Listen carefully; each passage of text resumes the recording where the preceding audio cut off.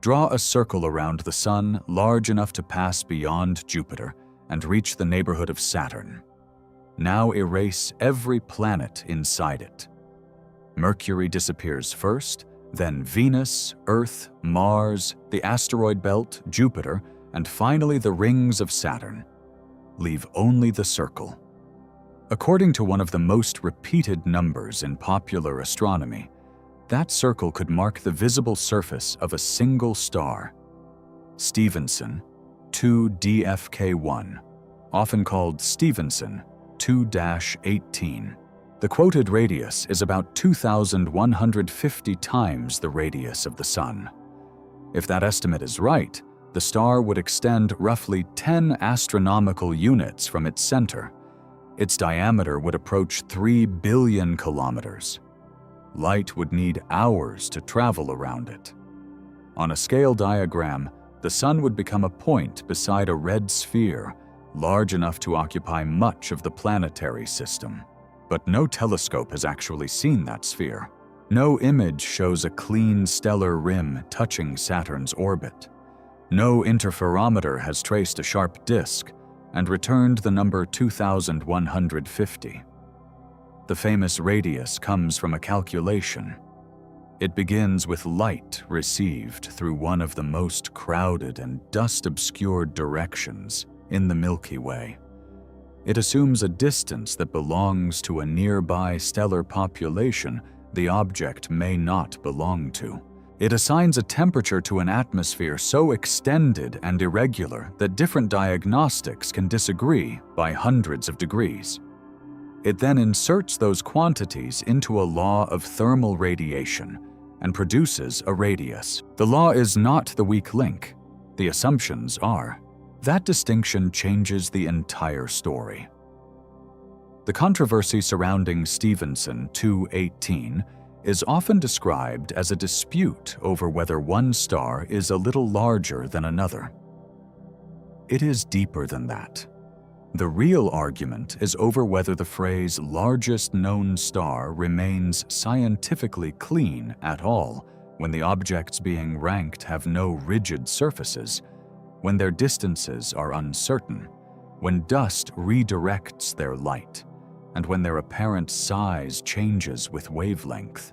The uncomfortable conclusion is that Stephenson 2-18 should not be presented as the confirmed champion of stellar size. It is a leading candidate under a particular set of assumptions. That is not the same claim, and the difference is not pedantry. It is the difference between a measurement and a conditional inference. There is a strong objection to this position. Astronomy rarely enjoys perfect measurements.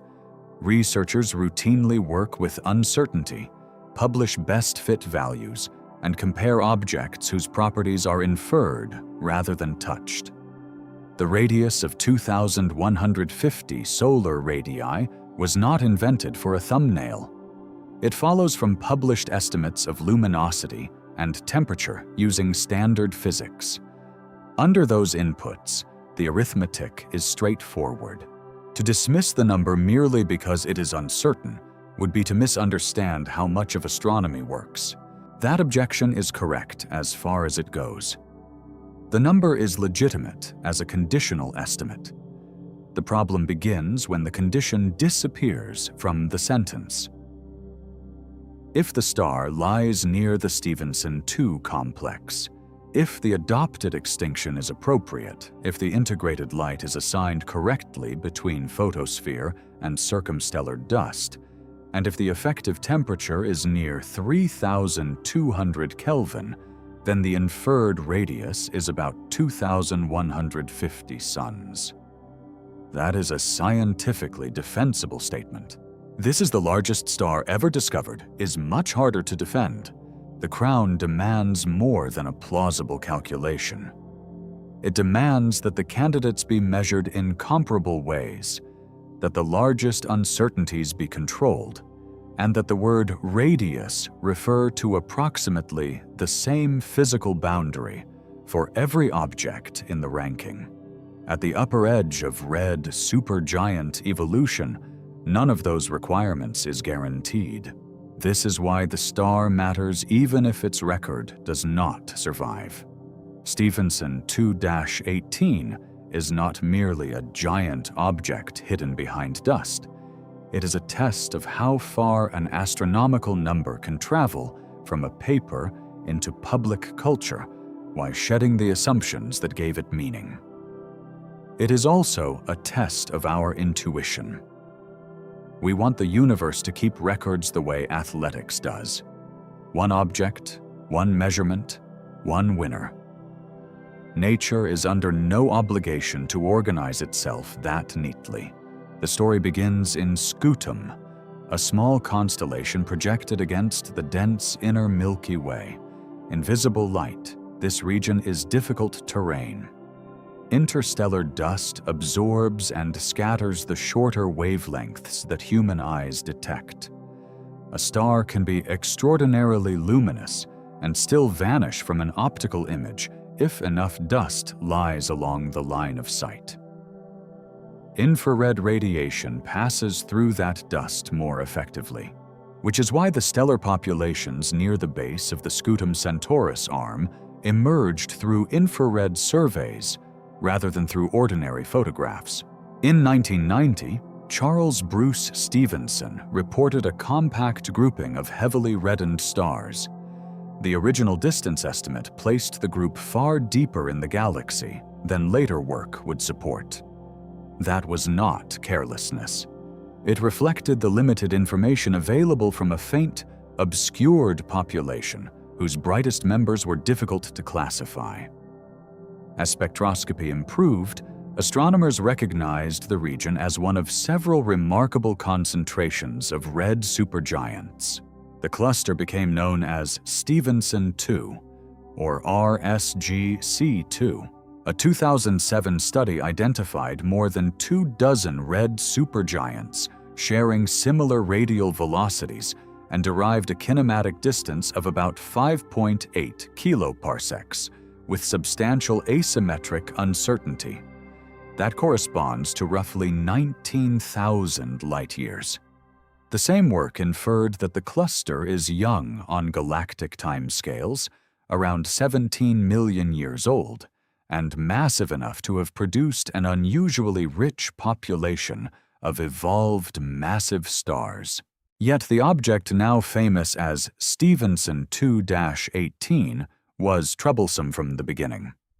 In one cataloging system, it appears as DFK1.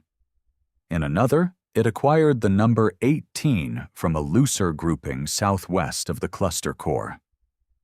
The multiple names are inconvenient, but the physical problem is more important.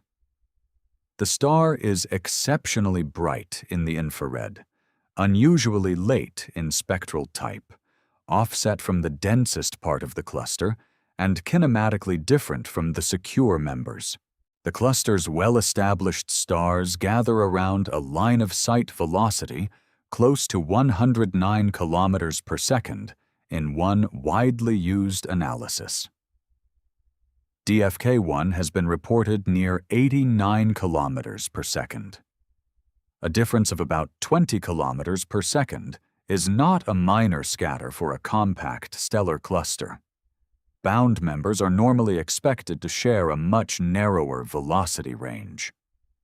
On that evidence, some researchers have treated DFK1 as a field-red supergiant projected by chance near Stephenson 2 rather than a genuine member. If that interpretation is right, the familiar distance of 19,000 light-years does not automatically belong to the star. It may be nearer, it may be farther.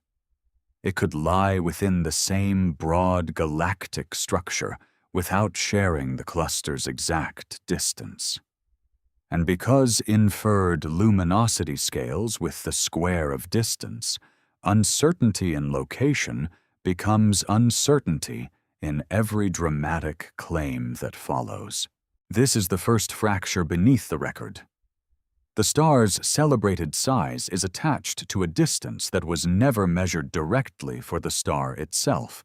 To understand how much that matters, It helps to reconstruct the calculation from the ground up. A distant star does not deliver its luminosity to a detector. It delivers a flux, a small amount of energy spread across a unit area at Earth. If the radiation escaped equally in every direction and nothing blocked it, converting flux into luminosity would require only the inverse square law. Double the distance, and the same light is distributed over 4 times the area. Triple the distance, and it is distributed over 9 times the area. For a fixed, observed flux, the luminosity you infer therefore grows as the square of the assumed distance. That means radius is unusually sensitive to the distance in a simple way. The Stefan-Boltzmann relation says that luminosity equals the surface area of the star multiplied by the energy radiated per unit area at its effective temperature.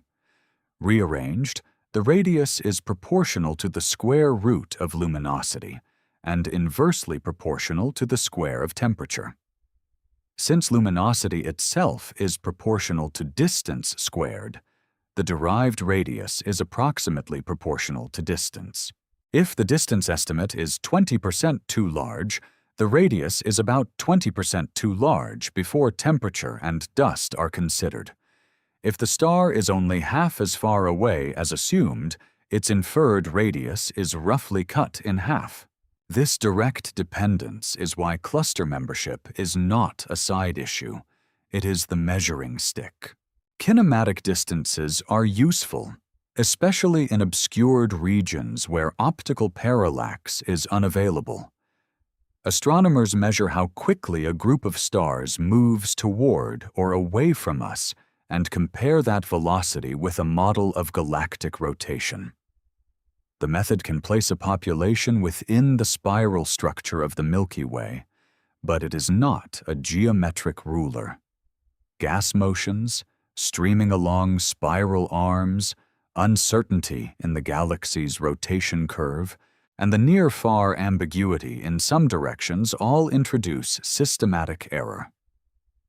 Even when the cluster distance is reasonable, assigning it to a star that may be an interloper adds a second uncertainty on top of the first. The strongest case against membership is the velocity mismatch. If DFK1 were an ordinary cluster member, a difference near 20 kilometers per second would be difficult to ignore. A cluster is not a military formation in which every star moves identically, but its internal velocity dispersion should be far smaller than that. The straightforward reading is that DFK1 belongs to another population along the same crowded line of sight. The strongest counterargument is that DFK1 is not an ordinary star with a quiet atmosphere. It has massor emission and a substantial infrared excess, both associated with dense circumstellar material and strong mass loss. Spectral features used to measure radial velocity can form in moving layers, rather than in material that perfectly tracks the center of mass. Red supergiant winds commonly flow outward at tens of kilometers per second. Pulsation and large convective motions can also shift line profiles. Under those conditions, a measured photospheric or maser velocity may differ from the true systemic velocity. This objection deserves to be taken seriously. A 20 kilometer per second offset is not automatically proof of non-membership if the line is formed in an accelerating envelope. The question is which tracer was used, where in the atmosphere it formed, whether multiple diagnostics agree, and whether the velocity remains stable with time. A late-type supergiant surrounded by an expanding asymmetric envelope is almost designed to make that answer difficult. But the counterargument does not restore certainty. It changes the verdict from clearly unrelated to not decisively classified. That is scientifically important yet it is still too weak a foundation for an unqualified record. The star may share the distance of the broader Scutum Red Supergiant Association without being bound to the compact cluster. It may be a runaway or a member whose observed velocity is biased. It may be an unrelated object. Current evidence leaves room for several interpretations. There is another route to distance that would seem to solve everything: parallax. As Earth moves around the Sun, a nearby star appears to shift slightly against more distant background objects. Measure that tiny angle, and geometry gives the distance without relying on galactic rotation or cluster membership.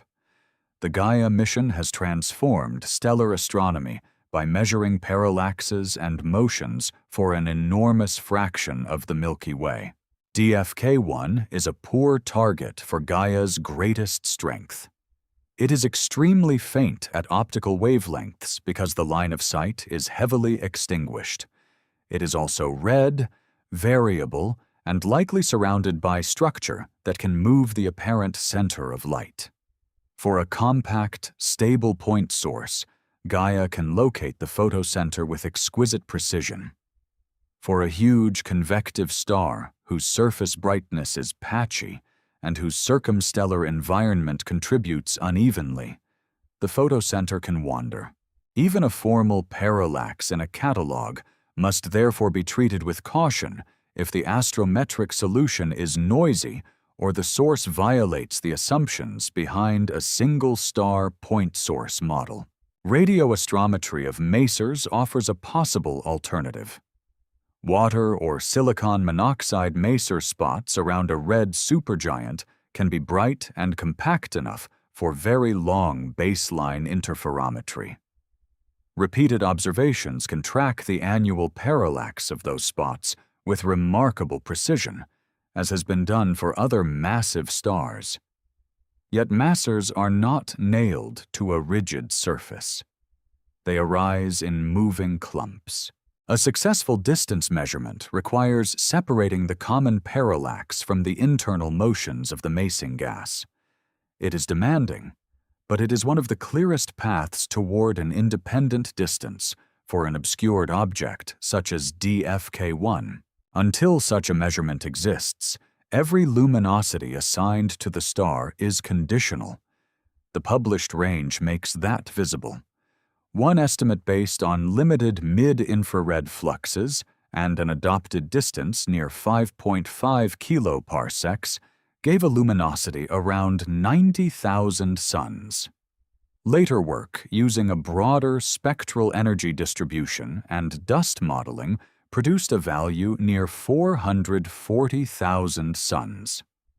Another integration of published fluxes, again adopting the cluster distance and mean extinction, yielded roughly 630,000 suns, while explicitly warning that the source's membership and spectral energy distribution were doubtful. Those numbers do not form a narrow error bar around a settled answer. They span nearly an order of magnitude. Some of the spread reflects different data, wavelength coverage, extinction assumptions, and treatment of dust. Some reflects the difficulty of deciding which radiation began in the photosphere and which was absorbed and re-emitted by the circumstellar envelope.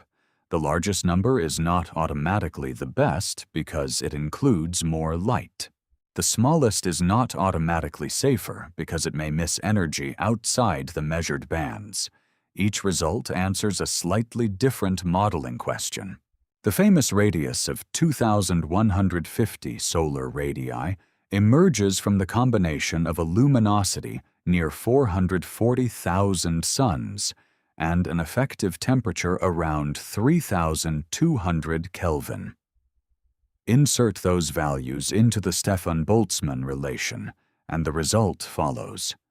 Raise the temperature, and the radius falls quickly. Lower the luminosity, and it falls again. Move the star closer, and the entire scale contracts. This is not a weakness unique to Stephenson 2-18. It is how indirect measurement works. The reason this case is unusually fragile is that all the uncertain inputs push on the same dramatic output. Distance, extinction, dust geometry, temperature, variability, and the definition of the photosphere converge on one number that the public sees without the chain behind it. Temperature is the second major fault line, and it may be more subtle than distance because the word itself sounds so precise. An effective temperature is not a thermometer reading taken at a physical surface. It is the temperature a perfect black body would need in order to radiate the same total energy per unit area as the star. For a compact star with a comparatively well-behaved atmosphere, this abstraction maps cleanly onto observable spectral features. For an extreme red supergiant, the atmosphere is extended, dynamic, molecular, and profoundly three-dimensional. Different parts of the spectrum can form at different heights and sample different temperatures. DFK1 has been classified near M5 or M6, exceptionally late for a supergiant. Such a classification is associated with strong molecular absorption, especially from titanium oxide in the optical and carbon monoxide in the near-infrared. Traditional calibrations connect a very late M-type with a low effective temperature, and values near 3,200 Kelvin have therefore been adopted. Yet red supergiant temperature scales have been revised repeatedly. Detailed spectrophotometric studies have shown that fitting titanium oxide bands can yield temperatures several hundred Kelvin cooler than methods based on broader spectral energy distributions or relatively line-free continuum regions. Three-dimensional granulation provides a plausible explanation. The surfaces of red supergiants are not tiled by millions of small convective cells like the solar photosphere. Simulations and observations indicate that a handful of enormous cells may dominate at any moment. Cool regions strengthen molecular bands disproportionately. A patchy star can therefore display a spectrum that looks cooler than the temperature required to explain its integrated energy output. This creates a dangerous asymmetry in the radius calculation.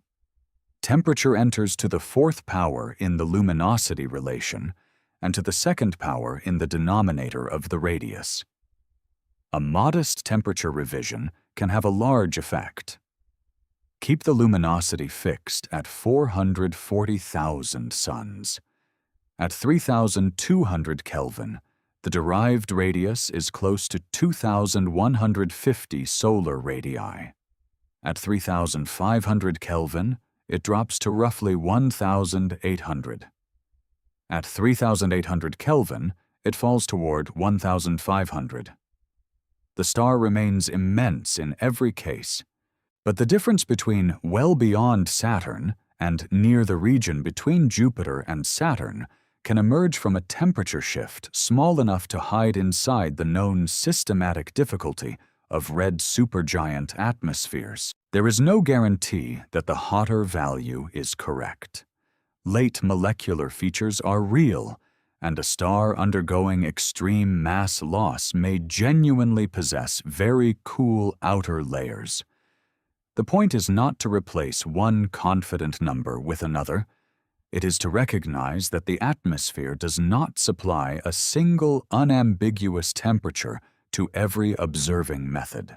This is where the idea of a stellar surface begins to dissolve. The sun presents a sharp, visible limb because the transition from optically thick plasma to transparent atmosphere occurs across a relatively thin layer compared with the solar radius. Even there, the measured radius depends slightly on wavelength and definition.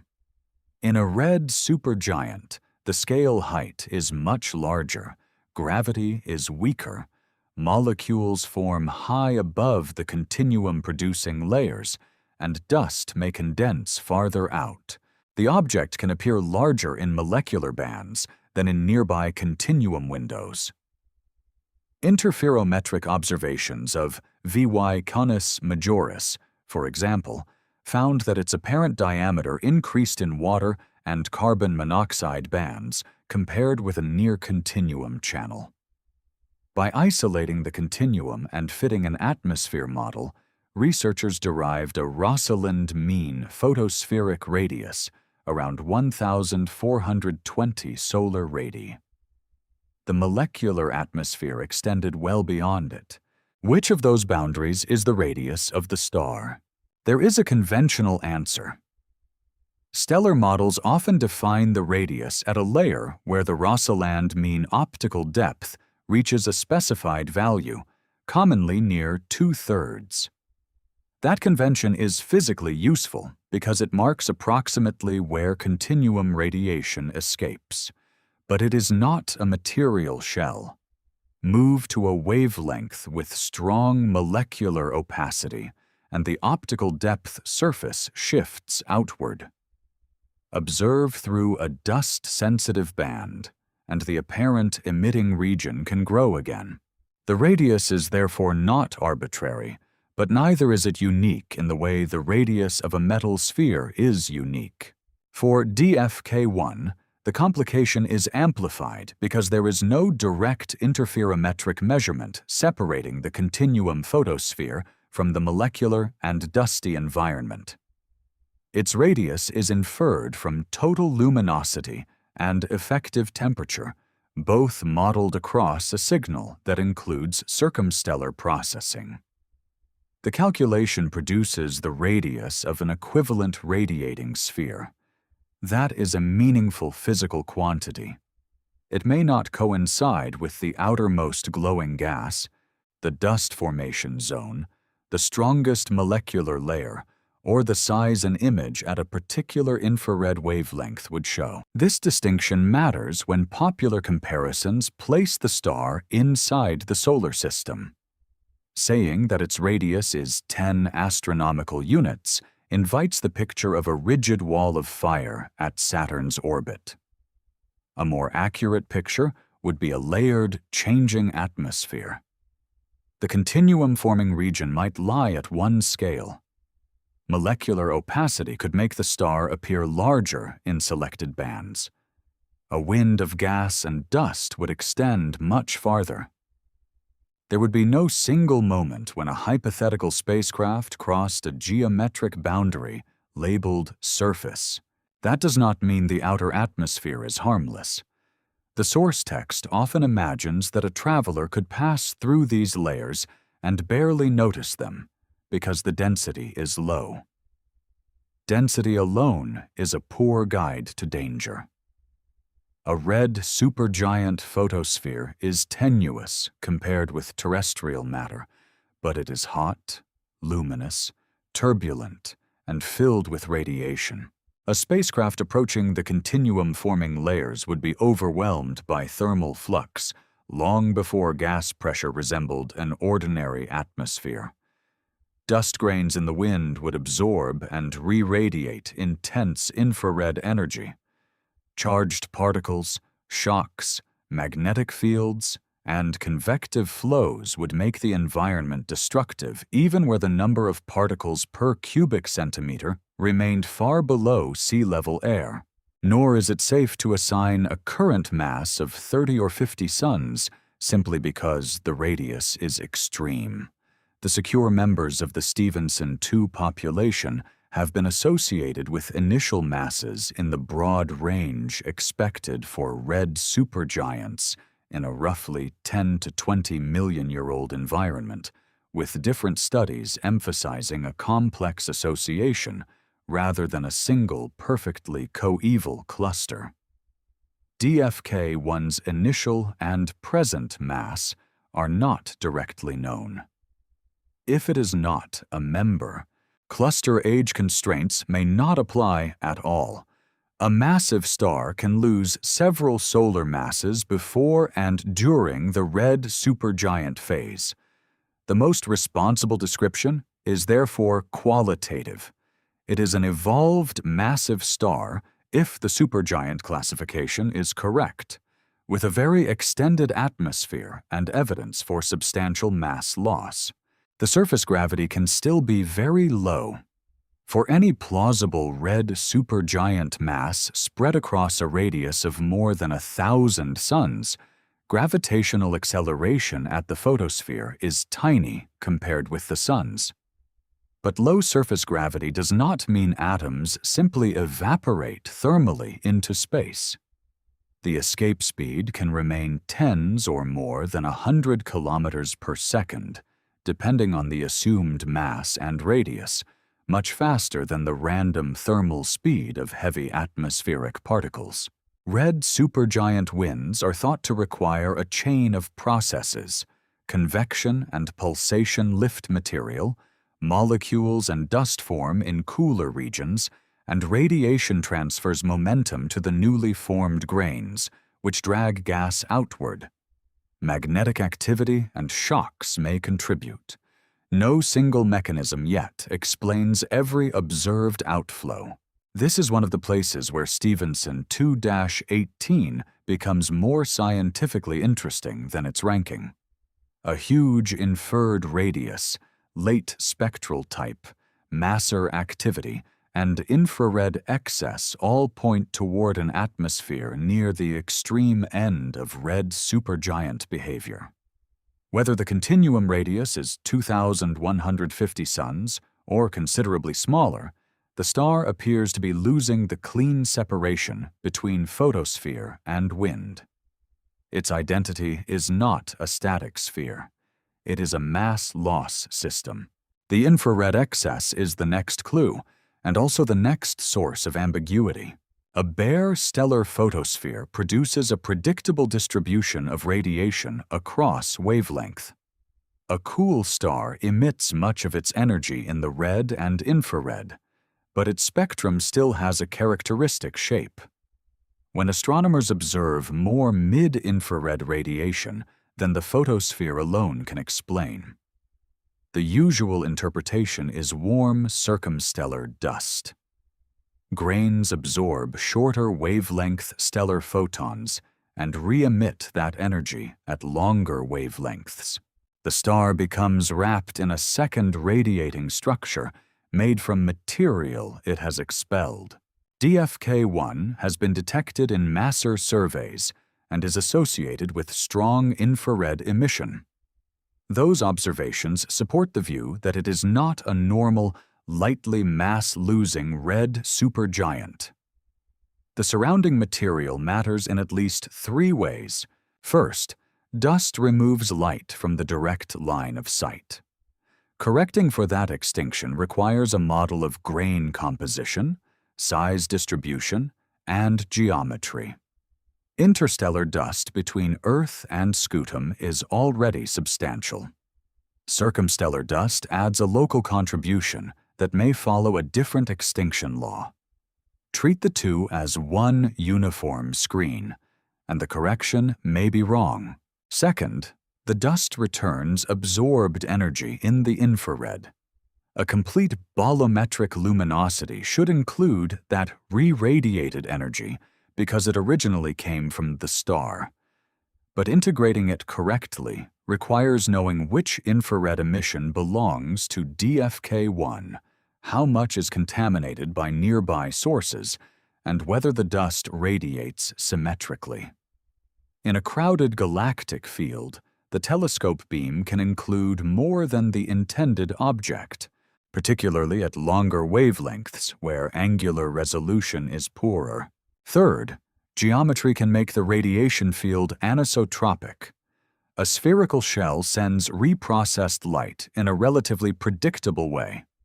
A torus, disk, bipolar cavity, or clumpy envelope can channel radiation preferentially. An observer looking down a low opacity cavity may infer a different luminosity from one viewing through the dense equatorial material.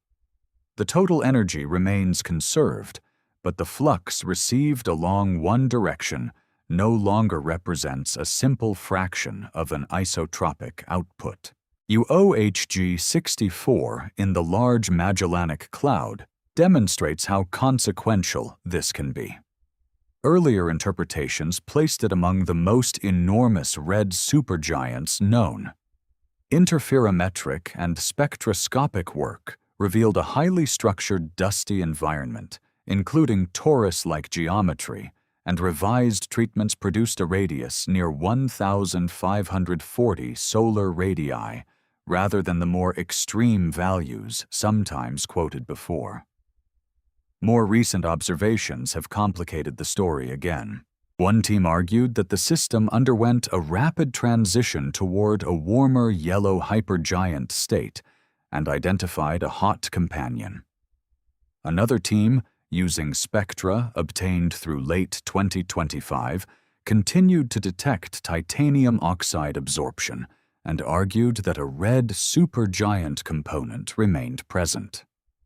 The disagreement is active, and the system may be binary, asymmetric, and changing on human timescales. WOH G64 is not a direct template for DFK1. The stars occupy different environments, and there is no evidence that the same geometry applies. The lesson is methodological. Even when the distance is well constrained, a dusty, evolved star can yield radically different physical interpretations as geometry and binarity become visible. For DFK1, where the distance itself is unsettled, the room for revision is larger. This does not imply that dust always inflates the radius. Depending on the adopted model, neglected extinction can make a star appear underluminous, while unrecognized, reprocessed, or contaminated flux can push the inferred luminosity upward. A non-spherical envelope can bias the result in either direction. The scientifically safe statement is that dust broadens the uncertainty and makes a one-number ranking unstable. Suppose, nevertheless, that the celebrated values are close to reality. What would a radius of 2,150 suns mean?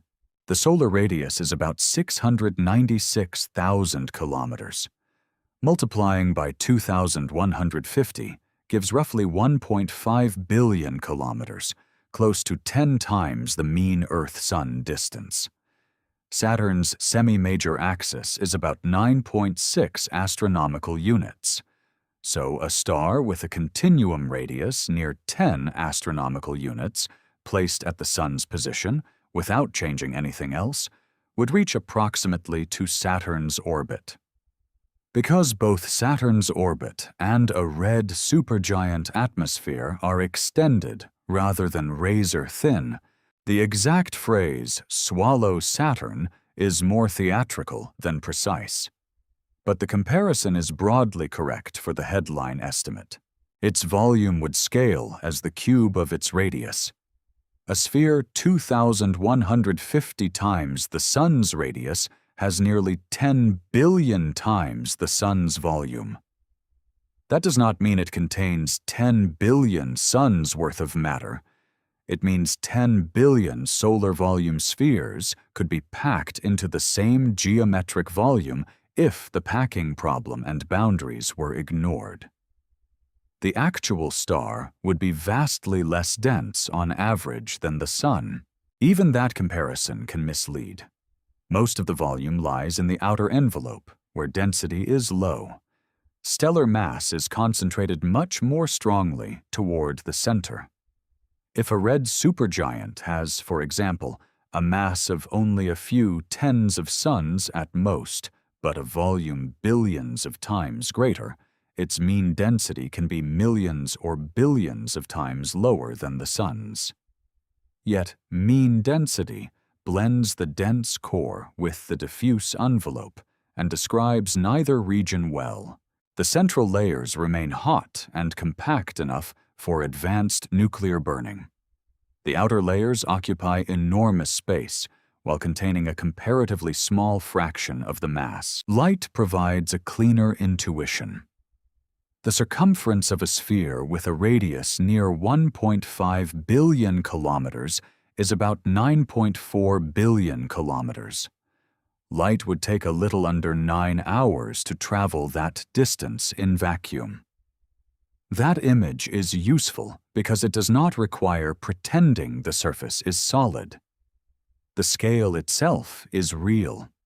Information cannot cross the circumference faster than that. A convective disturbance cannot organize the entire visible atmosphere instantly. Different regions of the star can evolve semi-independently on timescales that would seem absurd for the Sun. The dynamical timescale also grows. A star's envelope responds to gravity according to its density and size. In a red supergiant, radial pulsations may unfold over hundreds of days or longer. Convective structures can persist for months or years. Brightness changes may reflect pulsation, moving dust, giant cells, or several effects at once.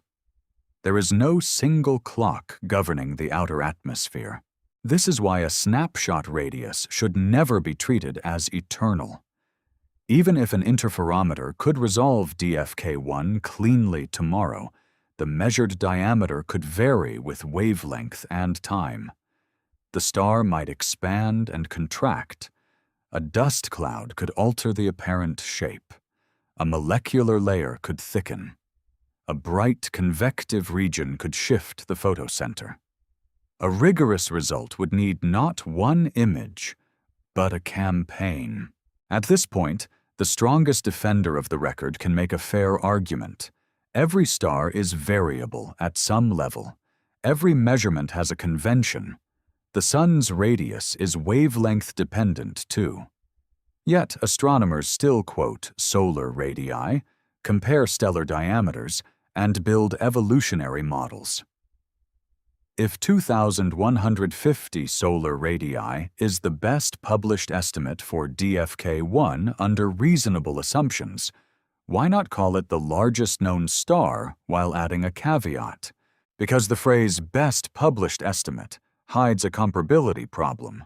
One contender may have a direct angular diameter and geometric parallax. Another may have an angular diameter in a molecular band, but an uncertain distance. A third may have no resolved disk and a radius derived from luminosity and a spectral temperature. A fourth may sit in another galaxy with a secure host distance, but a strongly asymmetric dust shell. Ranking the resulting radii as though they were produced by the same experiment is like ranking mountain heights, when some are measured from sea level, some from the surrounding plain, and some from a map whose scale is uncertain. A list can still be made. But its top entry should be understood as a provisional candidate, not a settled physical fact. Theoretical limits appear to offer a simpler verdict. If stellar physics says red supergiants cannot remain stable above a certain size, then a value beyond that limit must be wrong. This reasoning is tempting, and it is often invoked in discussions of Stephenson 2-18. It is also too simple. The Hayashi limit is frequently described as a maximum red supergiant radius near 1,500 solar radii. More accurately, it is a boundary in the Hertzsprung-Russell diagram associated with the coolest effective temperature at which a star of a given mass and composition can remain in hydrostatic equilibrium. To the cool side of that boundary, a conventional stellar model cannot find a stable solution. The envelope becomes deeply convective, and the structure responds by contracting, heating, or losing material rather than sitting indefinitely at a still lower temperature. Radius follows from luminosity and temperature, so the Hayashi boundary implies large but finite radii for luminous cool stars. It does not supply one universal number that applies to every red supergiant. Metallicity matters because it changes opacity. Mass matters. Rotation, mass loss, helium abundance, convection, and the model atmosphere used to translate interior structure into an observable temperature all matter. A radius around 1,500 suns emerges naturally for some of the coolest and most luminous galactic red supergiant models, and well-studied objects such as VY Canis Majoris fall close to that scale. It should be treated as a physically motivated region, not a legal fence painted across the universe. This correction weakens one dramatic claim and strengthens another. Stephenson 2-18 does not break physics simply because a conditional radius exceeds 1,500 suns, but a combination of very high luminosity and very low effective temperature can place it in a region where standard evolutionary tracks have difficulty. That tension is real. The interpretation is open. One possibility is measurement bias. If titanium oxide bands make the atmosphere appear cooler than the deeper continuum-forming layers, the star shifts leftward to a warmer temperature on the diagram and its radius contracts. If the adopted distance is too large, luminosity falls. If circumstellar emission has been assigned incorrectly, the point moves again. Several modest corrections can transform an apparent theoretical violation into an ordinary, though still extreme, red supergiant. A second possibility is that the star is not in hydrostatic equilibrium. The Hayashi limit describes stable model structures. A pulsating, erupting, or rapidly changing envelope may visit regions of parameter space where no long-lived equilibrium solution exists. In that case, the star is not disproving the boundary. It is moving through a transient state outside the assumptions used to define it. A third possibility is that the models are incomplete. Convection remains one of the great approximations in stellar evolution. Most long-term calculations are one-dimensional, because following a massive star through millions of years in full three-dimensional radiation hydrodynamics is beyond practical computation. They represent convection with a mixing length prescription, a simplified rule containing a calibrated parameter. The approach works remarkably well for many purposes, but there is no guarantee that a parameter tuned to the Sun captures the behavior of a red supergiant envelope whose convective cells may span a substantial fraction of the stellar radius. Three-dimensional simulations reveal shocks, giant cells, asymmetric flows, and atmospheric levitation that a smooth one-dimensional model cannot reproduce in detail. Molecular opacity feeds back on temperature. Dust formation begins in localized regions.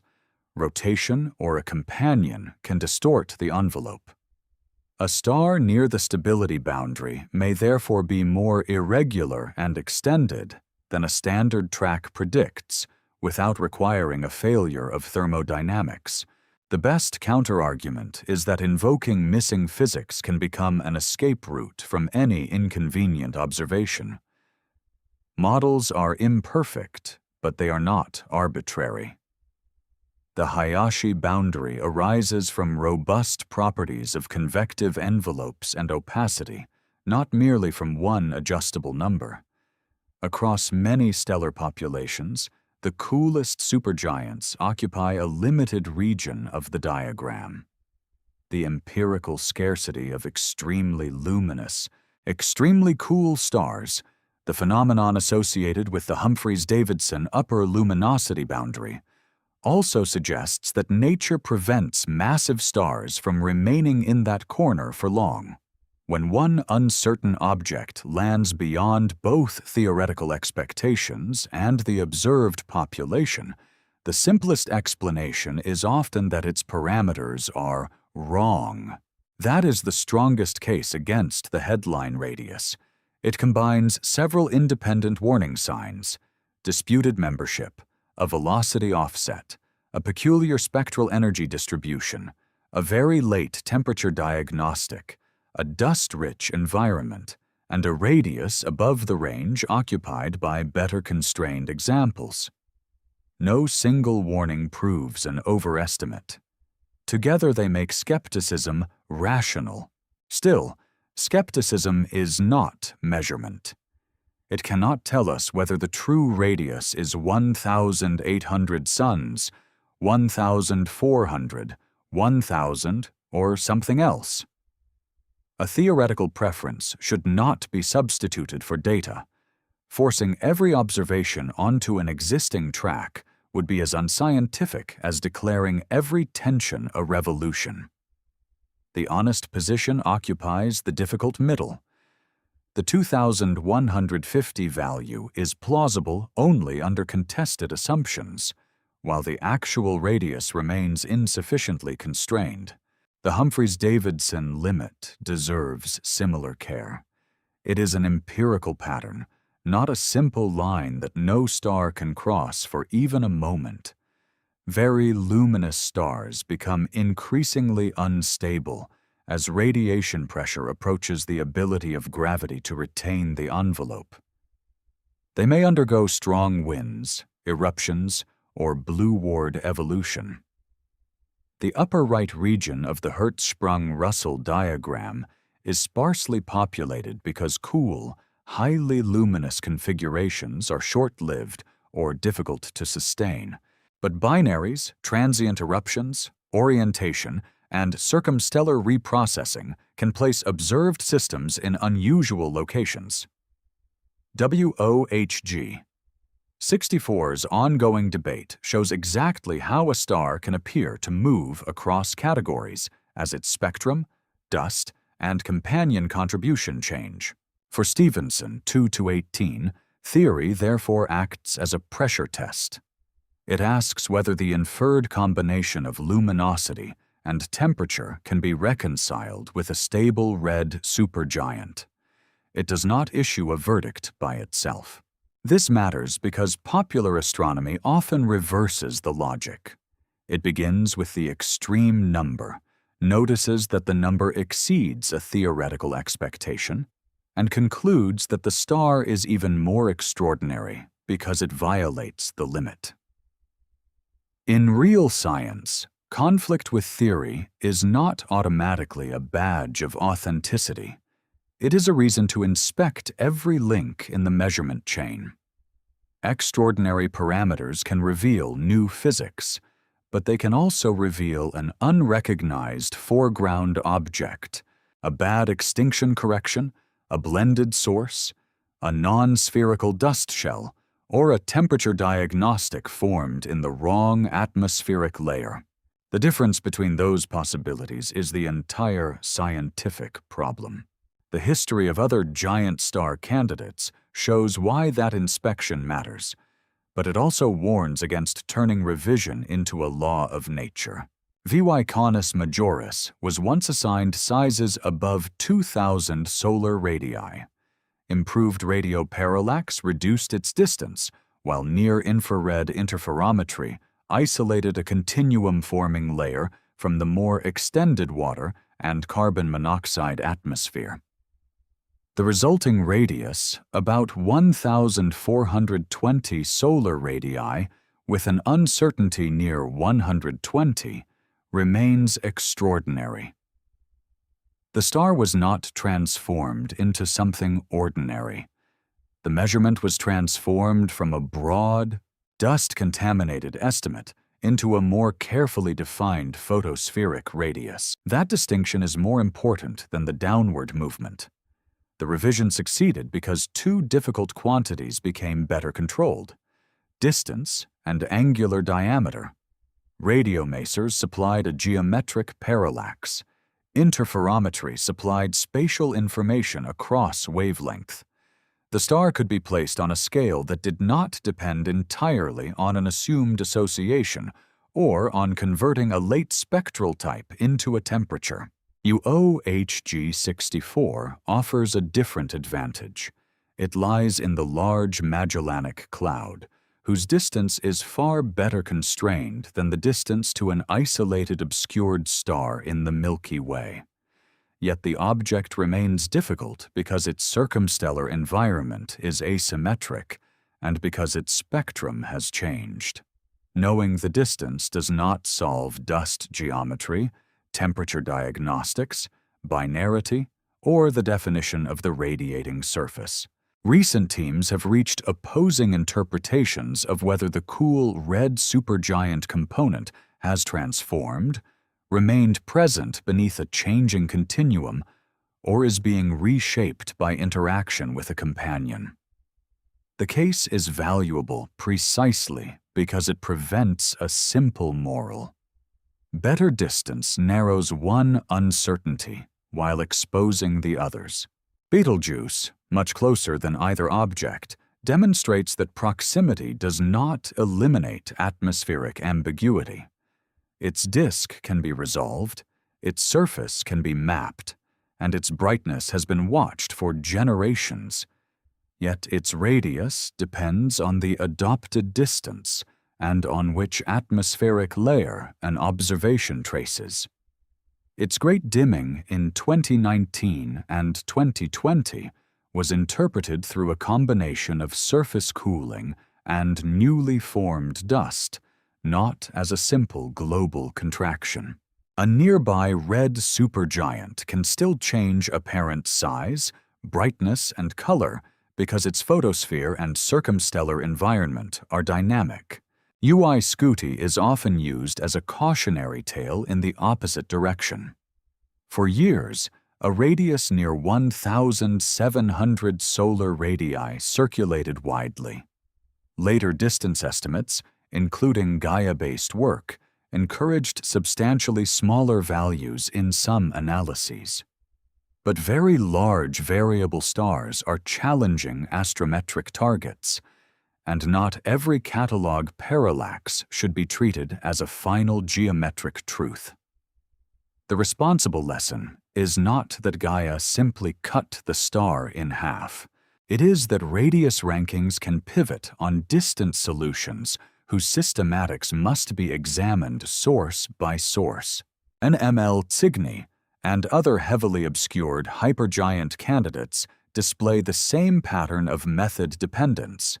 Maser parallaxes, dust radiative transfer models, spectral temperature scales, and interferometric diameters do not always sample the same physical boundary.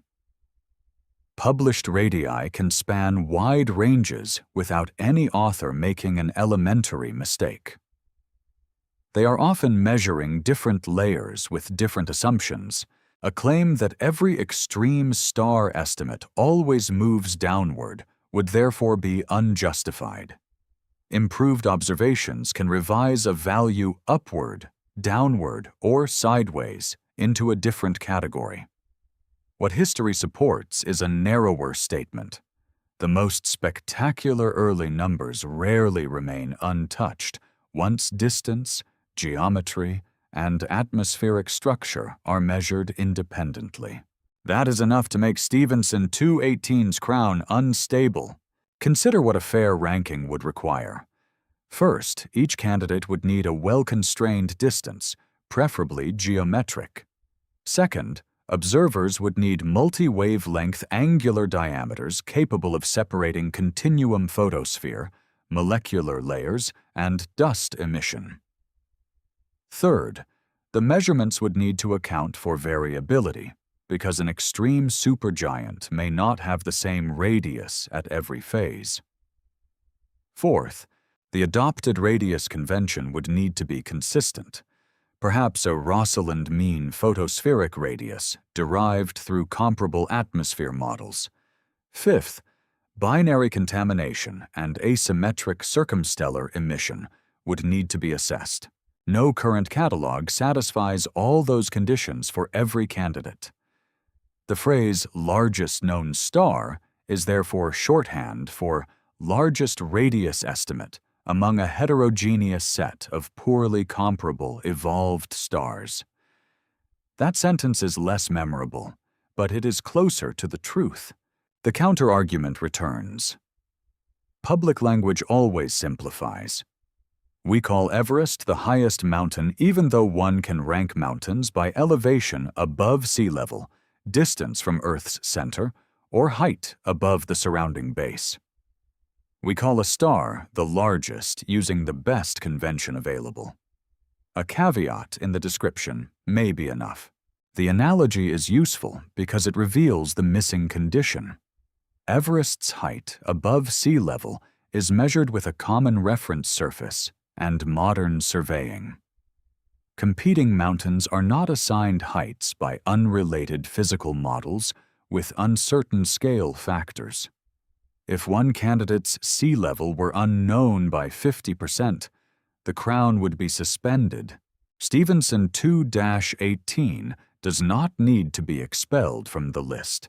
It needs a different label. One of the most extreme known red supergiant candidates, with a frequently quoted conditional radius near 2,150 suns. That sentence preserves the wonder without pretending the measurement is direct. It also shifts attention toward a better question. Instead of asking which star owns the largest sphere, ask what physical process allows some massive stars to inflate until their atmospheres become weakly bound, molecular, dusty, and unstable. That question survives every future radius revision. To answer it, we have to follow a massive star into old age. A star destined to become a red supergiant begins hot and compact by comparison. It spends most of its life fusing hydrogen into helium in the core. The exact lifetime depends sensitively on mass, rotation, composition, and binary interaction. But for the massive stars relevant here, it is measured in millions rather than billions of years. Higher mass supplies more fuel, yet it also drives a disproportionately higher luminosity. So the fuel is consumed faster. When central hydrogen becomes depleted, the core contracts and heats. Hydrogen continues burning in a shell around it. The envelope responds by expanding enormously. The surface cools because the same or greater luminosity is spread across a much larger area. Molecules begin to survive in the outer atmosphere. The star moves toward the red supergiant region of the Hertzsprung-Russell diagram. The expansion does not mean the entire star becomes uniformly dilute. The core becomes denser and hotter, while the envelope becomes larger and cooler. Two extremes grow inside one object: a compact interior advancing through nuclear burning and an immense atmosphere increasingly difficult to hold. Helium fusion builds carbon and oxygen. In sufficiently massive stars, later stages can ignite carbon, neon, oxygen, and silicon. Those advanced stages proceed progressively faster, but the exact present stage of DFK1 cannot be read from its red color or its large radius. The surface tells us that the envelope is evolved. It does not reveal whether the core is centuries, millennia, or much longer from collapse. Claims that the star is already burning a particular element or is about to explode exceed the observations. The final fate is also not determined by radius alone. Many red supergiants undergo core collapse, but the visible supernova type depends on how much hydrogen envelope remains, how the star has lost mass, whether it has a companion, and how the explosion develops. Some massive cores may form black holes with faint or failed optical explosions. Binary stripping can redirect the evolution entirely. For DFK1, whose mass and membership are uncertain, destined for an inevitable Type II supernova soon, is a story, not a measurement. What can be said is more restrained and more profound. The star is observed in a phase that cannot last on main sequence timescales. Its atmosphere shows signs of mass loss. If it is a genuine massive red supergiant, its core will eventually collapse after nuclear fuel can no longer support it. The date and appearance of that event are unknown. Mass loss is the bridge between the uncertain radius and that uncertain fate. The source is often assigned a mass loss rate near 1.35 times 10 to the -5 solar masses per year. Converted literally, that is several Earth masses of material annually. The image is powerful, a star shedding planets into space year after year. But the rate is not a bucket placed under the wind. It is inferred from dust emission using assumptions about grain chemistry, gas-to-dust ratio, outflow velocity, density profile, and whether the loss has been steady. A circumstellar shell preserves history imperfectly. Warm dust close to the star was expelled more recently than cold dust farther out. By modeling the emission at different wavelengths, researchers attempt to reconstruct how the wind changed over centuries or millennia. Yet clumps, arcs, asymmetric eruptions, and binary interaction violate the convenient picture of a smooth spherical outflow. A single quoted rate may average over episodes that were never steady. This uncertainty does not erase the evidence for strong mass loss. Masser emission requires specific combinations of density, temperature, and velocity coherence in the circumstellar gas. Silicate features reveal oxygen-rich dust. Infrared excess shows that a substantial fraction of stellar light is intercepted and reprocessed outside the photosphere. Together they indicate an active envelope. The exact rate is model-dependent. The physical process is not imaginary. Why do red supergiants lose so much material? Radiation pressure alone struggles to launch gas directly from a warm photosphere because most of the gas does not absorb enough momentum at the relevant wavelengths. Dust grains can couple much more effectively to radiation, but dust cannot form until material reaches cooler regions above the photosphere. Something must lift it first. Convection is one candidate. In the Sun, convective cells produce the familiar granulation pattern. In red supergiants, low gravity and enormous scale heights permit cells of astonishing size. Rising plumes can carry gas outward. When the gas expands and cools, molecules form. Shocks may push it farther. Dust then condenses. Radiation accelerates the grains, and collisions transfer momentum to the surrounding gas. Pulsation may assist. The envelope can expand and contract on long timescales. Each outward phase can levitate material to a region where dust formation becomes easier. The process need not be regular. Observed red supergiant variability often contains several periods and irregular components, reflecting a mixture of pulsation, convection, rotation, and changing extinction. Magnetic fields may shape local flows. A companion, if present, can focus the wind, create spirals, strip the envelope, or produce disks around one component. Episodic eruptions may eject far more material in a few years than the ordinary wind removes in centuries. The balance among these mechanisms remains an active research problem. This is a genuine scientific controversy, unlike the artificial question of whether astronomers have simply failed to notice the largest star. Some models emphasize dust-driven winds after atmospheric levitation. Others point to turbulent pressure and shocks. Observations reveal both relatively smooth winds and spectacular asymmetric ejecta. The strongest position is not that one mechanism has won. It is that the outer envelopes of the most extreme red supergiants occupy a regime where several weak effects can cooperate, and where small structural changes can produce large differences in mass loss. DFK1 may be useful precisely because it is difficult. If its late spectrum and infrared excess arise from an unusually extended, mass-loaded atmosphere, then the same layers that complicate its radius contain information about how massive stars remove their envelopes. If its luminosity has been overestimated because it is a foreground object, it may still show that strong mass loss is not reserved for the most luminous cluster members. If it belongs to the broader association but not the compact cluster, it may reveal multiple populations along the scutum line of sight. Every outcome teaches something, though not the same thing. The record narrative hides these alternatives.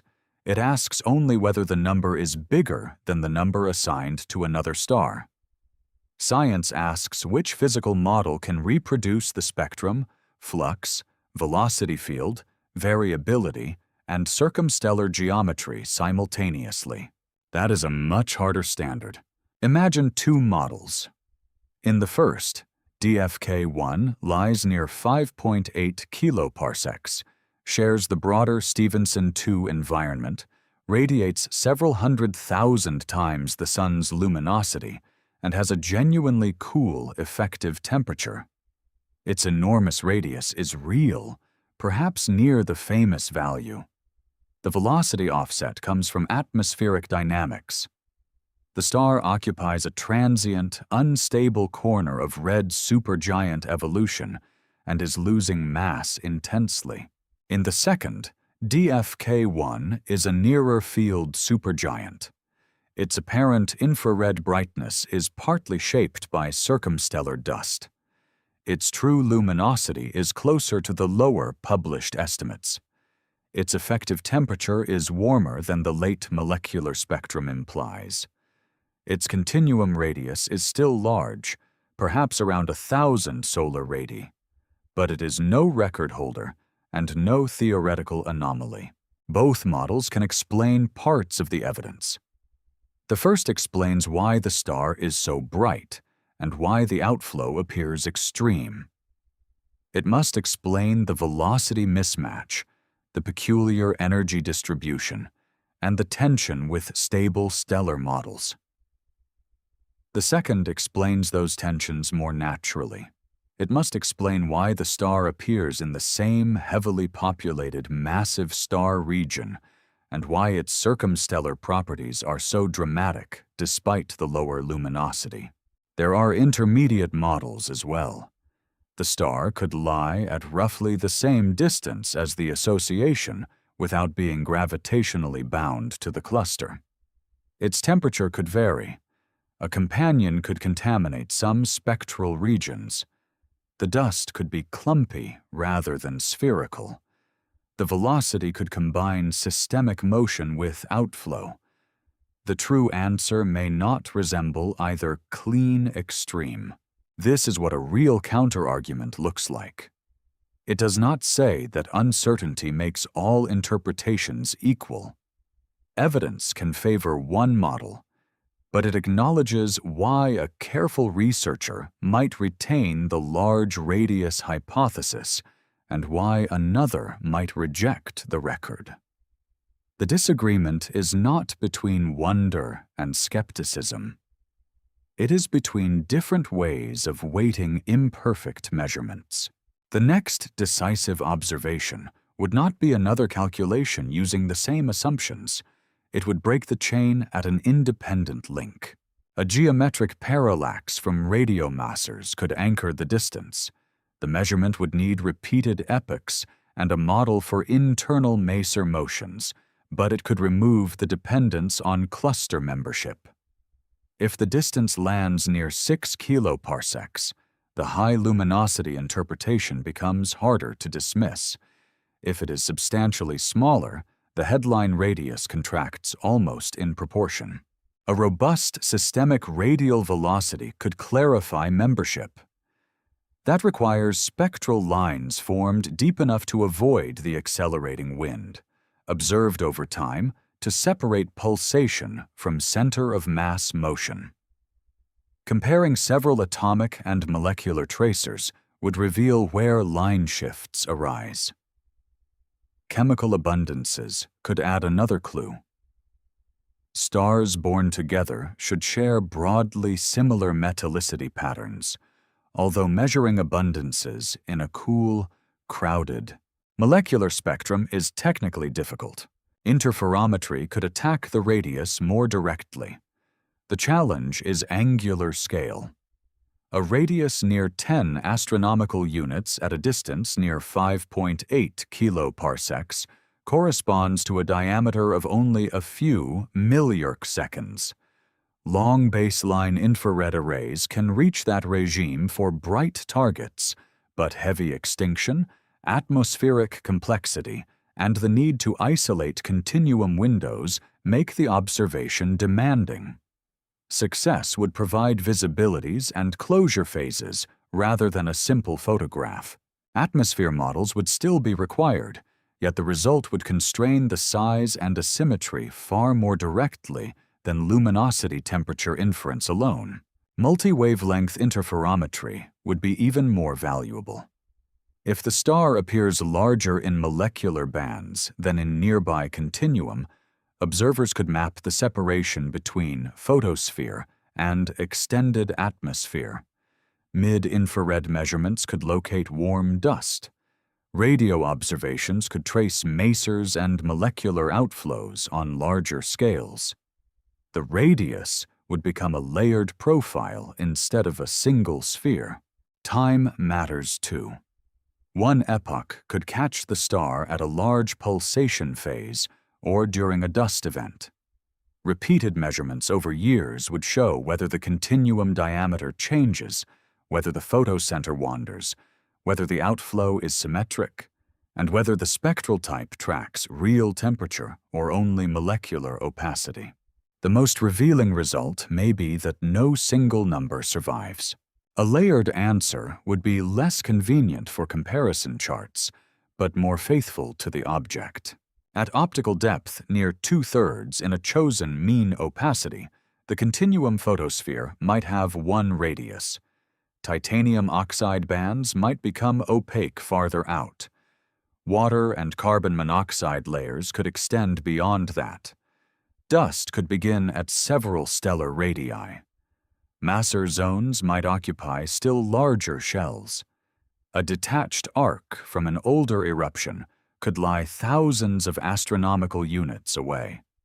Every layer belongs to the star's history, yet not every layer should be called the stellar radius. The same problem appears in ordinary language. When we say a cloud is 10 kilometers wide, we accept a threshold, the point at which droplets become too sparse to see. The cloud has no wall. Its width depends on sensitivity, wavelength, and definition. A red supergiant atmosphere is not a terrestrial cloud, but the analogy captures the loss of a sharp edge. The boundary is a change in optical behavior, not a crust. This does not make radius meaningless. Scientists define quantities precisely because nature is continuous. A photospheric radius allows models to predict luminosity, pulsation, surface gravity, and evolution. The danger comes when a conventional boundary is mistaken for a directly observed permanent shell. For DFK1, a conditional radius near 2,150 suns could describe the area an equivalent sphere at 3,200 Kelvin would need to radiate the adopted luminosity. That statement is exact in its mathematics. It does not tell us that every direction reaches the same distance, that the star is spherical, or that another wavelength would recover the same size. Giant convective cells and asymmetric mass loss could deform the optical depth surface. Rotation, though probably not extreme in such an expanded star, could contribute. A companion could produce tidal structure. Even without any of these effects, pulsation would make the radius a function of time. The popular image of a perfect red globe is therefore useful only as an entry point. The closer image is a glowing, moving boundary nested inside a larger molecular atmosphere, itself nested inside a wind and a dusty record of past outflow. If the famous radius is correct, the scale is astonishing. If it is too large, the layered structure remains. This is also why the phrase 10 billion suns could fit inside should be handled carefully. Volume ratios describe geometry, not capacity in any physical sense. 10 billion ordinary suns cannot be packed into a red supergiant envelope. Their gravity and mass would produce an entirely different system. The comparison helps the mind feel the cube of the radius. It should not be mistaken for a statement about matter. The same caution applies to density. Divide a plausible red supergiant mass by a volume billions of times solar, and the average density becomes extremely low. But a star is not uniform. The average says little about the conditions a probe would encounter at a given depth. The core holds a large concentration of mass in a tiny fraction of the radius. The envelope's density rises inward across an immense range. There is no single density of the star that captures the journey. A hypothetical descent would be governed first by radiation. Long before reaching the conventional photosphere, the heat load would destroy ordinary materials. The dust shell would glow in infrared. The stellar wind would become denser. Molecular bands that look like dark absorption from Earth would correspond to real regions of gas with complex temperatures and velocities. Deeper in, optical depth would increase until photons no longer traveled freely.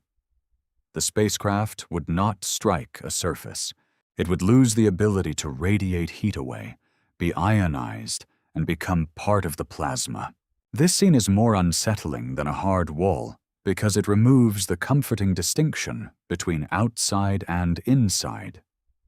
The star becomes an environment rather than an object. Its visible boundary is simply the depth from which radiation can escape. That realization returns us to the central argument. The largest stars are hardest to rank not only because they are far away, but because extreme size changes the thing being measured. As the atmosphere expands, the surface grows less sharp. As mass loss increases, the circumstellar environment carries more of the observed energy. As gravity weakens, convection and pulsation become more influential. The conditions that make a star a candidate for the size record also make its radius less stable and less directly observable. This is not an accident in the data. It is a selection effect built into the question. A compact star with a clear photosphere is easier to measure, but cannot win the radius contest. A record candidate must be exceptionally extended, and exceptional extension almost guarantees a diffuse atmosphere, low gravity, molecular opacity, variability, and mass loss. The ranking selects the objects for which ranking is least reliable. Seen this way, the uncertainty around Stephenson 2-18 is not an embarrassing gap waiting to be removed from an otherwise simple story. It is the expected consequence of looking for an extreme. The crown and the uncertainty are physically connected. There is a broader argument here about how uncertainty should be communicated. One school of thought says that public astronomy needs clean anchors. A person confronted with ranges, model dependencies, and disputed membership may remember nothing. The number 2150 creates a mental image. Once interest exists, caveats can follow. Without the headline, the star remains an obscure infrared source in a catalog. That position should not be mocked. Scale comparisons have introduced millions of people to astronomy. A provisional record can be useful when it is clearly labeled. Science communication cannot reproduce every method section before stating a result. But simplification has a direction. It usually preserves the largest number and removes the conditional language. The provisional estimate becomes a property. The candidate becomes the champion. Could extend to Saturn's orbit under one set of assumptions becomes swallows Saturn. When later work revises the value, the public sees science changing its mind for no apparent reason. Confidence erodes because the original uncertainty was hidden. A stronger form of communication keeps the image and the argument together. Place the 10 astronomical unit circle around the Sun. Let Saturn disappear. Then say exactly what the circle represents. Not a photographed edge, but the output of a model whose distance, temperature, and dust corrections are contested. The scale remains. The mystery becomes more honest. That honesty does not make the story less dramatic. It changes the source of drama. The wonder no longer depends on whether one object defeats another by 200 solar radii. It comes from the fact that light arriving after thousands of years can be decoded into a possible stellar size, and from how close that decoding comes to the limit of our methods. The uncertainty also reveals what astronomy knows well. The Stefan-Boltzmann law is secure. Radiation pressure, opacity, convection, and gravity provide a coherent physical framework. Red supergiants are established evolutionary states. Maser emission and infrared dust signatures are measurable. The cluster's population and radial velocity are not imaginary. We are not staring into total ignorance. What remains uncertain is the assignment of those pieces to one object. Is the cluster distance the star's distance? Does the late spectrum represent the global effective temperature? How much of the infrared flux belongs to dust, and how is the dust arranged? Which layer should define the radius? These are narrow questions in principle, but they multiply in the final answer. This is how frontier science often looks. The governing equations may be known, while the boundary conditions are not. A measurement can be precise in the detector and uncertain in interpretation. More decimal places do not repair a wrong distance or an incomplete geometry. The 2150 value is especially vulnerable to false precision. A reader sees 4 significant digits and imagines a ruler. In reality, the uncertainties are large enough that quoting the value as roughly 2,000 solar radii under the high luminosity, cool temperature interpretation may be more truthful. The exact arithmetic is useful inside the model. The rounded language is safer outside it. The same principle applies to the star's distance. 19,000 light-years away is a convenient translation of the cluster estimate. For DFK1, it should be preceded by if it shares the distance of the Stephenson 2 region. Without that phrase, the narration quietly decides the membership dispute before explaining it. It applies to the mass loss rate. A value around 10 to the -5 solar masses per year can describe a model fit. But the wind may be episodic, clumpy, and asymmetric. Several Earth masses per year creates scale, but it should not sound like a direct annual census. It applies to the future. A red supergiant is an evolved massive star and a likely core collapse progenitor, but we cannot look at the outer atmosphere and read a countdown. The explosion may occur long after human civilization has changed beyond recognition. The light would then require whatever the true distance is to reach us. Saying that the star may already have exploded is technically possible for any distant object, But it adds little, because no information can outrun the light we see. The restraint is not emotional caution. It is part of the claim. Stephenson 2:18 is famous because certainty was added where the data supplied conditions. Restoring the conditions is the scientific act, yet an opposing concern remains. Excessive caution can flatten genuine discovery. If every sentence dissolves into may, could, and possibly, people lose any sense of what the evidence favors. The correct response is not to retreat into vagueness. It is to rank claims by strength.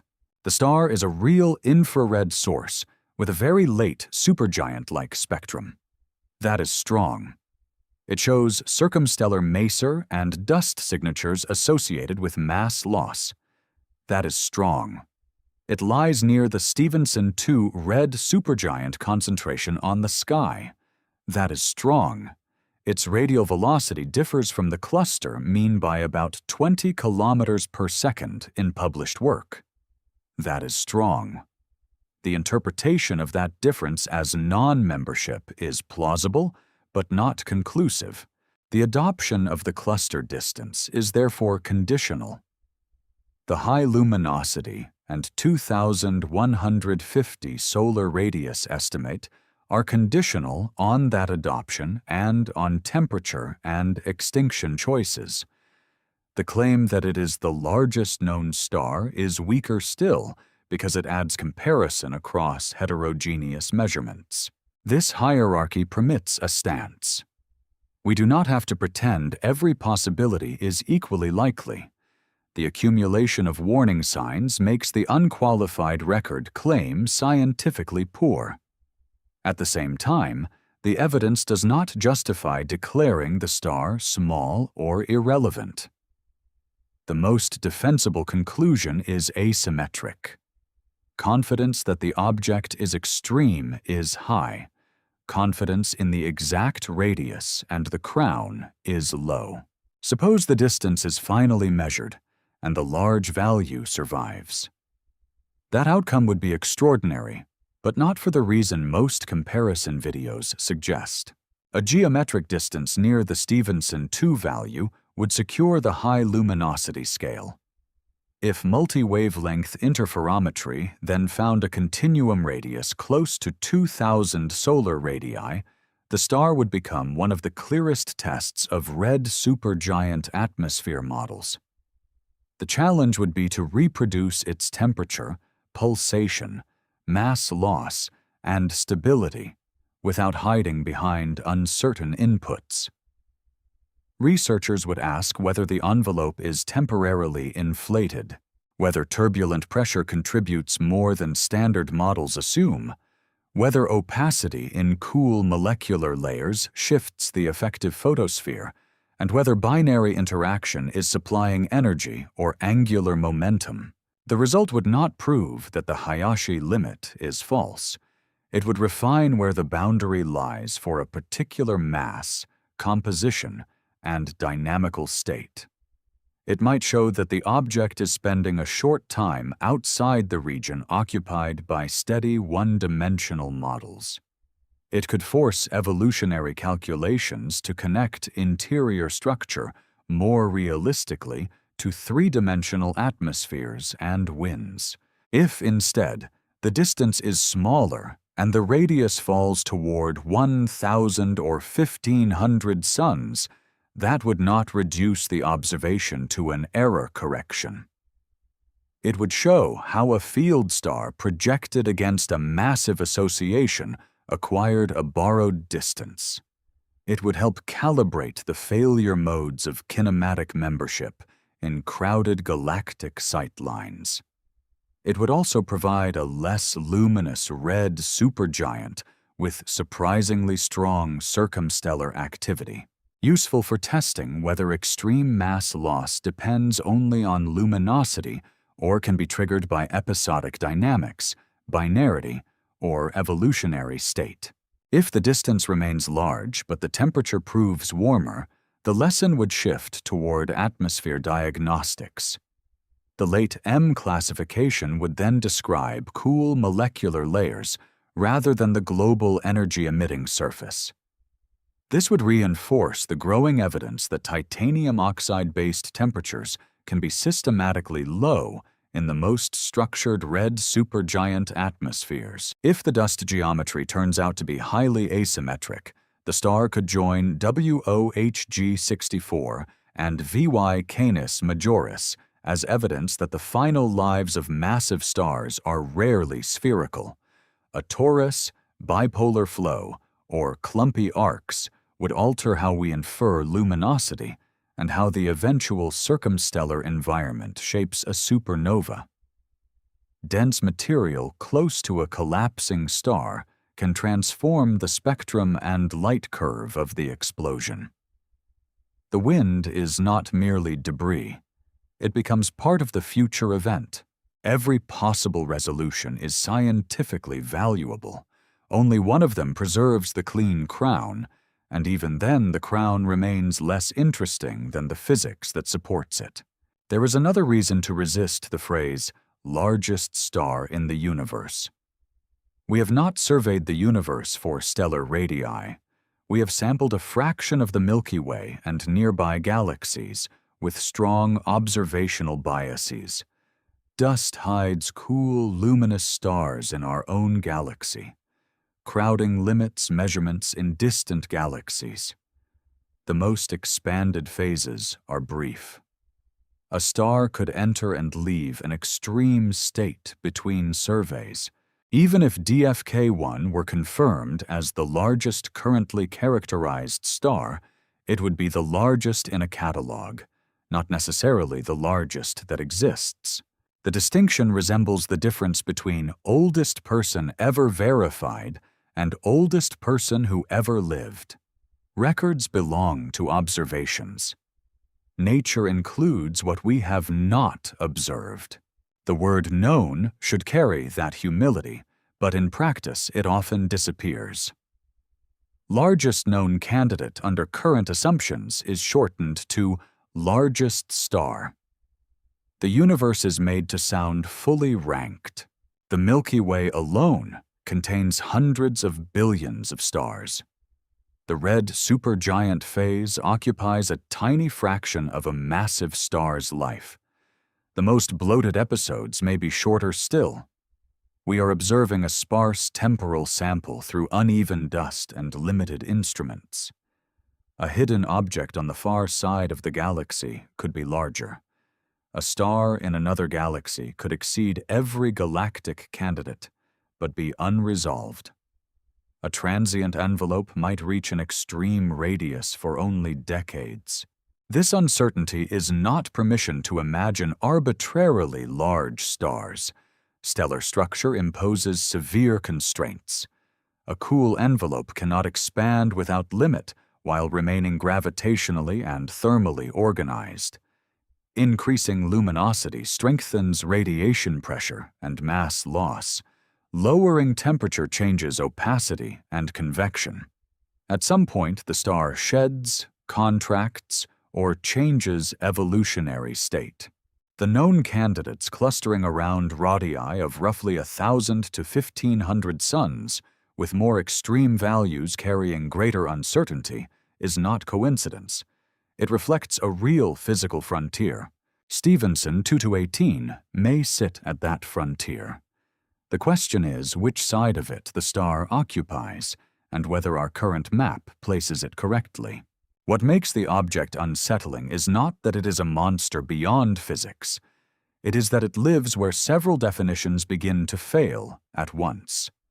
Cluster and field star, photosphere and wind, temperature and spectral type, star and circumstellar environment, stable structure and transient expansion, measurement and model.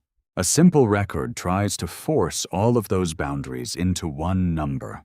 The number survives because it satisfies a human desire. We look at a sky filled with unresolved points and want to recover a hierarchy. The hottest, the oldest, the brightest, the largest. Records convert the inaccessible into a competition we understand. They offer a winner, but stars do not become more meaningful when they win. Imagine DFK1 without the title. It remains a cool, luminous source seen through a thick column of galactic dust. Its spectrum carries molecular absorption from an atmosphere unlike the Sun's. Its circumstellar masers reveal organized pockets of gas moving through the wind. Its infrared excess records matter that once belonged to the star and now surrounds it.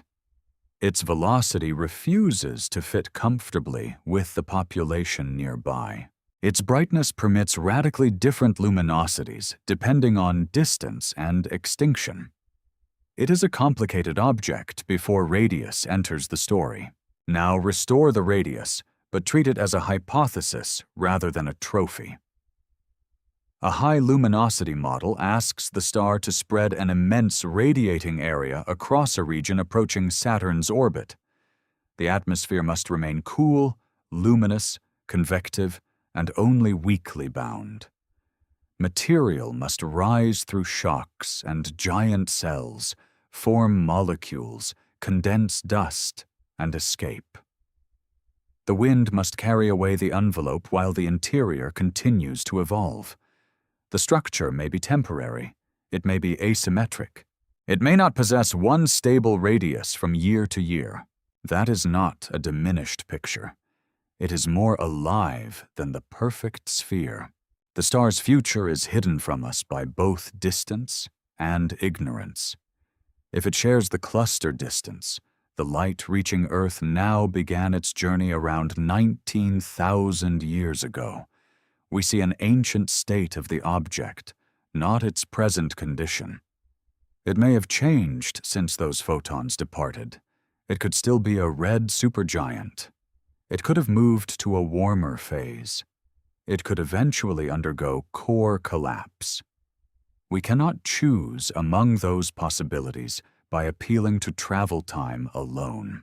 If a supernova occurs, or has occurred in the interval whose light has not reached us, the explosion will interact with whatever material the star lost before collapse. A dense circumstellar environment can convert kinetic energy into radiation, alter the observed spectrum, and make the event look different from a simple explosion into empty space. The shape of the wind could preserve evidence of convection, eruptions, or a companion. In that sense, the ambiguous dust now interfering with the radius measurement may one day become the medium through which the star's death is understood. But one day has no promised human date. Massive stars can spend long periods in evolved phases by the standards of civilization.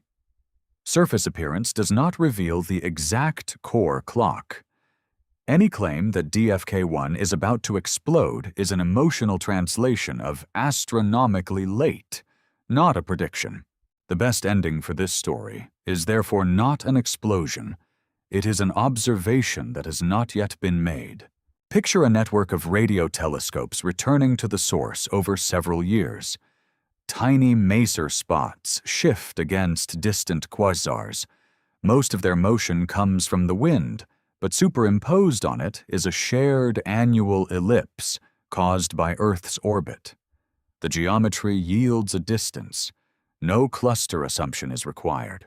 Then picture a long baseline infrared interferometer observing through narrow continuum windows. The source does not become a detailed photograph. Instead, changing fringe patterns encode its angular scale. Molecular channels show a larger, more irregular structure. Dust-sensitive wavelengths reveal an outer asymmetry. Repeated epochs show the atmosphere breathing. With distance and angular size in hand, the photospheric radius emerges more directly. Perhaps it is near 2,000 suns. Perhaps it is 1,500. Perhaps it changes enough that a range is the only honest answer. The result enters a paper with error bars, wavelength definitions, and atmosphere models. Comparison charts update.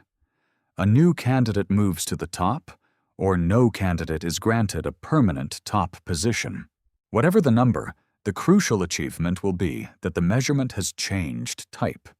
It will no longer rest entirely on borrowed distance and inferred temperature. Independent methods will cross-check one another. The crown, if anyone still wants it, will be supported by more than one chain of reasoning. Until then, the responsible verdict is clear. Stephenson 2-18 is not securely established as the largest known star. The celebrated radius near 2,150 solar radii is a conditional estimate built from a high adopted luminosity and a very cool temperature, with the distance tied to a stellar grouping whose relationship to the object is disputed. The star may truly be among the largest. It may even remain the strongest candidate after better observations. Current evidence does not justify presenting the title as settled. The counter-argument remains important.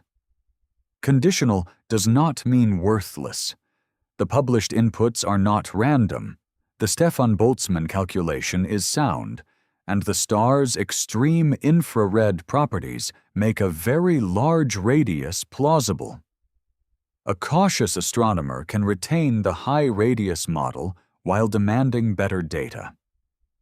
Skepticism should not harden into the opposite myth that the star has already been proven smaller. The two positions meet at one point. The next observation matters more than the next confident headline. And that returns us to the circle around Saturn. At the beginning, it looked like the outline of a cosmic object. Now the circle has changed. It is the radius of an equivalent sphere under a particular model. It is a photospheric boundary that may shift with wavelength. It is a marker whose distance from the center depends on how far away the star is, how warm its energy-emitting layers are, and how dust has altered the light. It is a hypothesis drawn at planetary scale. Inside that circle, if the extreme estimate is correct, there is no uniform ocean of fire. There is a dense interior occupying almost none of the apparent volume, wrapped in an immense convective envelope. There are shocks, molecules, brightness patches, and gas rising toward escape. Near the edge, there is no edge in the ordinary sense. Optical depth declines. Photons travel farther. The atmosphere becomes wind. The wind becomes dust. The dust becomes interstellar space. Move the observing wavelength, and the circle moves. Wait through a pulsation cycle, and it may move again. Improve the distance, and the entire drawing scales inward or outward. Change the atmospheric model, and the temperature changes the radius. The star refuses to hold still long enough to wear the crown we made for it. That refusal is the deeper discovery. The universe does produce extremes, but the closer we approach them, the less they resemble enlarged versions of familiar things. The largest stellar atmospheres are not giant solar surfaces. They are unstable transitions between a star and the material it is losing. Their measurement is inseparable from their physics. The uncertainty is not pasted onto the result afterward. It is generated by the same expansion, dust, convection, and mass loss that make the objects enormous. Stephenson 2-18 may extend toward Saturn's orbit. It may fall well short of it. Somewhere behind the dust of Scutum, the physical star has one real distribution of matter and radiation at each moment. Our number is an attempt to summarize that distribution from a faint, filtered signal. The attempt is remarkable. The summary is not the star itself. So the most honest question is no longer, is this the biggest star? It is, what do we mean by biggest when a star has no sharp boundary, no secure distance, and no atmosphere simple enough to fit inside one number? The answer does not fit on a comparison chart. It lives in the gap between a photon and the model used to interpret it. It lives in the 20 km/s velocity mismatch. It lives in molecular bands that may form above the true energy-emitting surface. It lives in dust that both hides the star and announces its mass loss. It lives in the possibility that a record is real, and in the equal possibility that the measuring stick was borrowed from the wrong object. There is a practical reason to care about this precision beyond the fate of one record. Red supergiants are used to test stellar evolution tracks, calibrate mass loss prescriptions, interpret the progenitors of core collapse supernovae, and estimate the chemical and mechanical feedback of massive stars into their galaxies. A badly placed object on the Hertzsprung-Russell diagram can suggest a failure of theory that actually began with distance or extinction. The reverse is also possible. Dismissing every extreme point as measurement error can hide the very stars that reveal missing physics. DFK1 therefore demands two forms of discipline at once. Observers must resist promoting a fragile inference into a fact.